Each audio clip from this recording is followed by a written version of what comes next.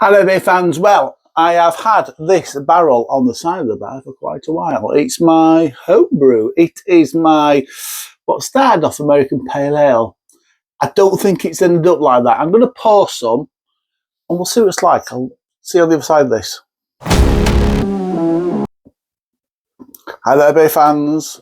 Yep, Andy's Beer Reviews here, and Andy has done a homebrew. Look at that fella. That doesn't look too bad. That is settling quite nice. It's a nice little haze. It's on its own pressure. It's carbonated itself under there, so I'm quite pleased. That could have done with a slightly tighter head, if truth were known. But do you know what? Beggars can't be choosers, and it is. I love doing homebrew. So this started off as an American Pale Ale. Got some pale malts in, got some Maris Otter oats malts in there. I got some Cascade. I made it a really simple one. It started off as a really simple American Pale Ale. It's come out at 6.5%, by the way. Had some Cascade, bought some Cascade hops to put in there, and then I found some mystery hops in my fridge. And I decided to put them in as well, and I decided to put them in for the boil. So they've been boiling with the malts for, it was about 70 minutes in total. So it's going to be to see what they are. I think, I've got a feeling they're First Gold. Because I grow First Gold hops, but I never have enough to last me through the season. So I think I got some First Gold. Why it's not labelled, I don't know, but never mind, we are. So as well as Cascade hops in it, it's also got First Gold in from the very beginning as well. Like I said, it's mostly American Pale Ale, which is kind of supposed to be kind of balanced between the sweetness and the bitterness. I've got a feeling, certainly when I took it out of the fermenter, it was like paint stripper. I've got a feeling I may have overdone it a little bit on the bitterness. I don't know. I'm hoping, it's been in here now 2 weeks, I think. So I'm hoping after about 2 weeks, it's kind of mellowed a little bit is what I'm after. That it's got a little bit of haze on there, but it's settled quite nicely. I'm quite pleased with that. It's a beautiful pale, what we're going to call it, pale amber, a pale amber colour with a very slight haze to it. That's not too bad at all. Pleased with that. Let's get the aroma.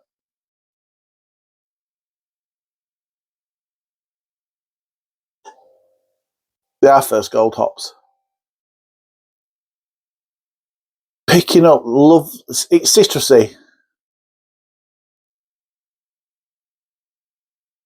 But there's a lovely orangey marmalade aroma coming through. Sweet, orangey. And there's a, yeah, you can smell the bitterness. So yeah, so I think it is the first. I think it is my First Gold. It was either going to be First Gold or East Kent. I have got some East Kent in there, but they are labelled up. And I did remember. I think one of the one of the first discussions I had with this, I may have said East Kent Goldings hops because that's what I thought I had. But then I remembered I did have some First Gold hops in there, so that's probably what these. I think what these are. Smelling that orangeness in there, and I do remember buying some. Like I said, why did I not label up? I don't know. But yeah, it smells all right. Sweet, orangey. You can smell a little bit of bitterness in there as well. You know what? It smells all right. Let's taste it. Smell. Cheers, everybody. Oh, it doesn't taste like paint stripper. Not that I've ever drunk it, so I wouldn't know what it tastes like.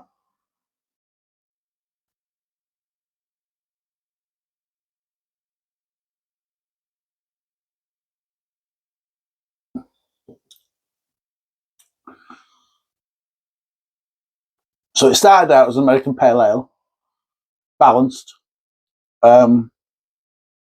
It's definitely tipped on the side of bitterness.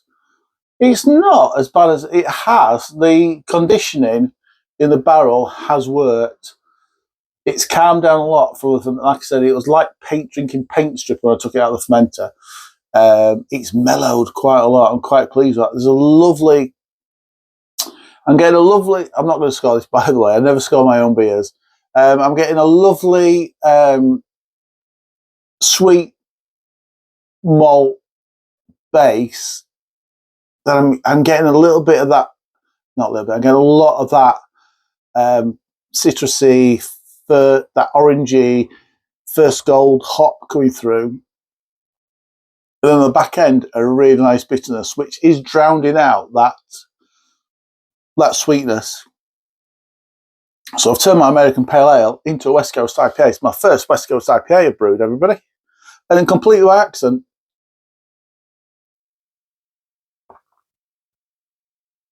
That's the problem with me as a brewer. And I just find stuff and chuck it in. And I did mean to follow a recipe this time. I did mean to, honestly, I did. But you know what? They're just the maverick, brewing maverick inside of it just took over. And you go, do you know what, Andy? You got some more hops there. Let's chuck them in nice and early and let's see what happens. But you know what? I kind of like that experimental thing. Because you end up drinking something, trying something that's different to what it's supposed to be, to what it started off as. And I do quite like that. I like that experimental stuff.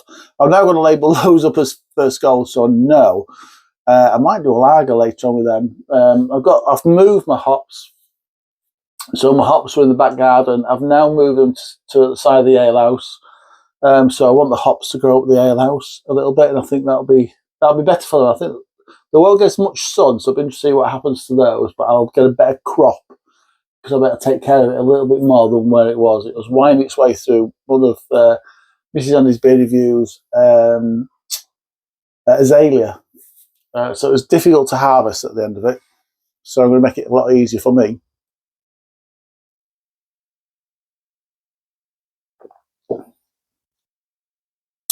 But yeah, I'm actually quite pleased with this. Not the best beer I've ever brewed. To be fair, my Imperial Stouts tend to be I did do that lager, which was really nice. And one of the guys at work did a review on it as well. He quite liked it. He's a lager fan. He's gone to Guinness now, which is a real shame, but never mind. Say lager fan, doesn't really drink a lot, but when he does, he used to drink lager. Anyway, I digress a little bit. But I forgot what I was saying anyway. Yes, I got the first gold hops, going to do a lager with them. I think I'm going to do a mead next. For Christmas, one of my daughters got me a toffee apple. It was a toffee apple mead. It was lovely, so I decided that that's my next thing I'm going to do. I am going to do a toffee apple mead. I'm really interested if I can make that. I've made lots of meads. It's one of the, apart from quick cider, I think mead is one of the quickest and easiest brews to do. I think anything like that that's kind of cidery, I always find really easy to make, simple and easy to make. So yeah, I'm going to do that, but I'm going to make it a little bit difficult for myself. I'm going to do a toffee apple one this time, so I'm going to figure out how to get that toffee flavour. I think you just boil up some honey, and it gets that almost caramelizes. I think it makes that. Then I'll put some apple juice in and some more honey, and put some yeast in, and that'll hopefully turn into something like a toffee apple mead. And then I'm going to do a whole grain New England IPA, which I've never brewed before. Now I think from my perspective as a beer reviewer, when I started reviewing beers, it felt a little bit stupid of me telling brewers how to brew beer or what I would like, what I'd do differently, but I've not had the experience. I've not had to buy the hops and the malts and put it all together, and the energy it takes, and the care and skill that goes into it. It's why now sometimes I'll say I like the quality behind a particular beer, and now how difficult it is. This isn't top quality beer. This is something probably I'd get from Home Bargains and might quite like it. Some nice beers in Home Bargains, by the way. Sometimes. But you know what? I just felt like I needed to do some brewing. I needed to understand what it was like to be a brewer, what it was like to go through that process of brewing. I think it's made me a better reviewer of beer. I might be wrong. You might think I'm shit at that as well. I don't know. I like the way it clears. It's a bit. It's not going to come up on camera, I don't think, but it's a bit. For me, it might focus a little bit. It's a bit Guinnessy with the way it's just kind of all the little bubbles in there are just coming to the top. Slow moving as well. Actually, that is one thing. They're really fine. It's got really, really fine carbonation. And I remember a couple of brewers have said to me, if you get a beer with really fine carbonation, it means it's a good quality beer. So I'll take that.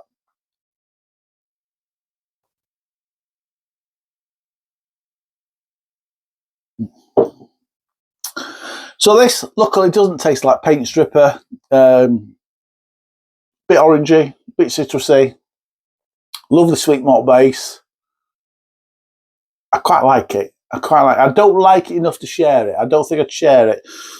I think it's another for me. I do like darker, maltier, bitter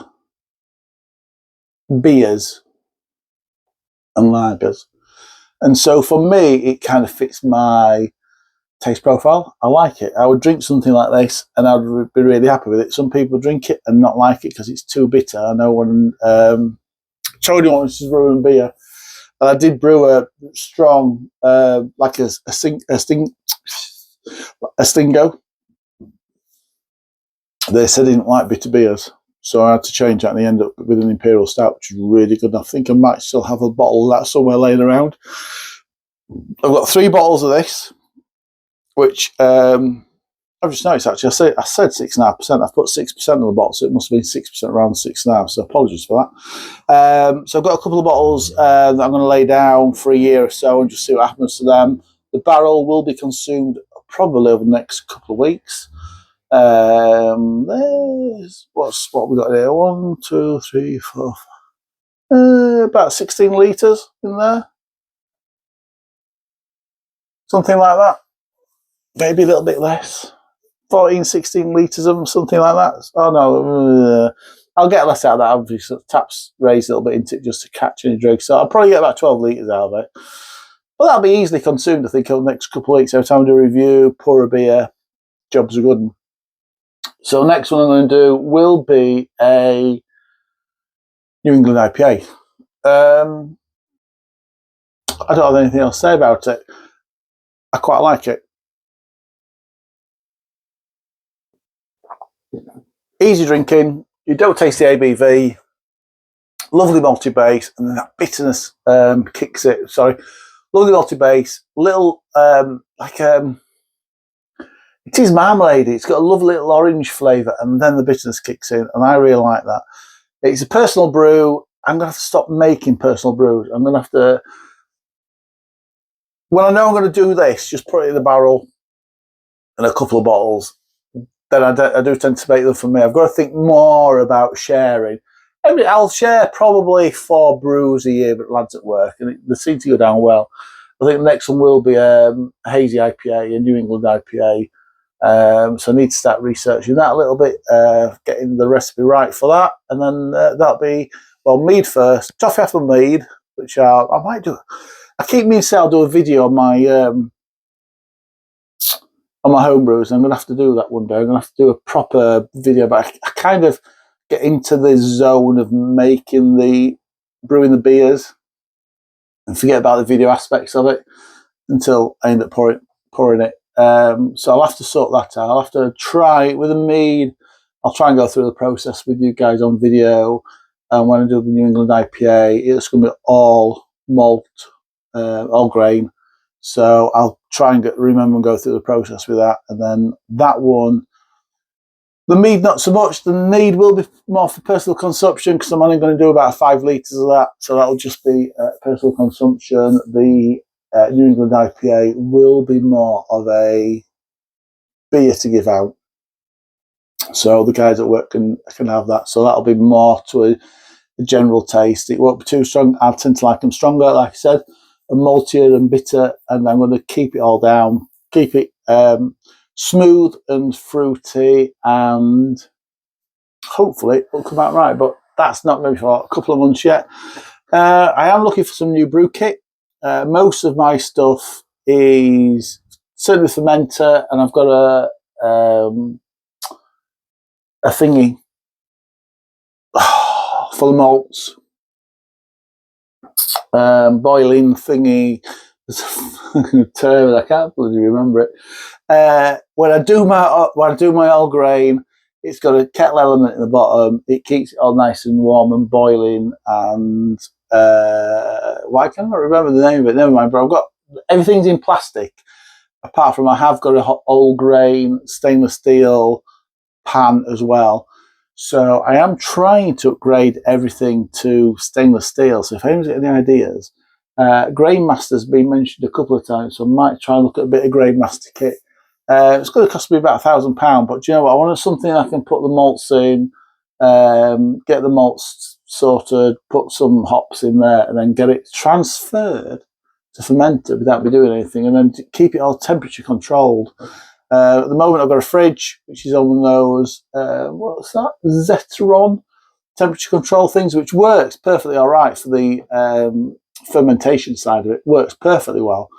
But yeah, I just need to get it. I just want to act like a proper mini micro brewer. That's what I want to do. I want to do a bit of micro brewing, and then I've got to find out how to can it properly. And I'll probably just have a simple line and can it myself, can at a time. It's been done before, and lots of very good brewers do that to this day. So I'm looking forward to trying what that'll look like for me. So yeah, so any home brews out there? Actually, yes. Grainmaster's been recommended. Grainmaster 32, is it? Has been suggested as a piece of kit that I can start to use to get the malts done. I'm just looking for some advice. If you're out there and you do your own stuff and you do it all in stainless steel, how do you do it? How do you do it? In my head, I'd get it all malts done and boiled up in one. It'd automatically transfer through a pump into a fermenter. Everything would be temperature controlled. Everything would be in here. For the fermenter, once it's fermented, I'll have a line out of that to a bottling, canning area on the other side, which you don't see normally. Other side of this alehouse, and then I'll can it or bottle it or put it in one of these fellas and enjoy it that way. So if you got any ideas, let me know. I just don't know when it comes to this stuff, and I've researched fermenting and not fermenting. I've researched homebrewing for ages, and it doesn't stick in my head as to what all the connectors are and what I need, and whirlpools and stuff like that. So yeah, I just need somebody to come in and tell me what to do. Here's a couple of grand, tell me what I need to do with this space. And I just want somebody to do it for me. And then I'll be happy. Once I get it properly done and I feel like a proper micro brewer, then I'll be more than happy then. That's it from me. What was American Pale Ale, which is now West Coast IPA, 6% ABV, is tasty. Doesn't taste like paint stripper anymore.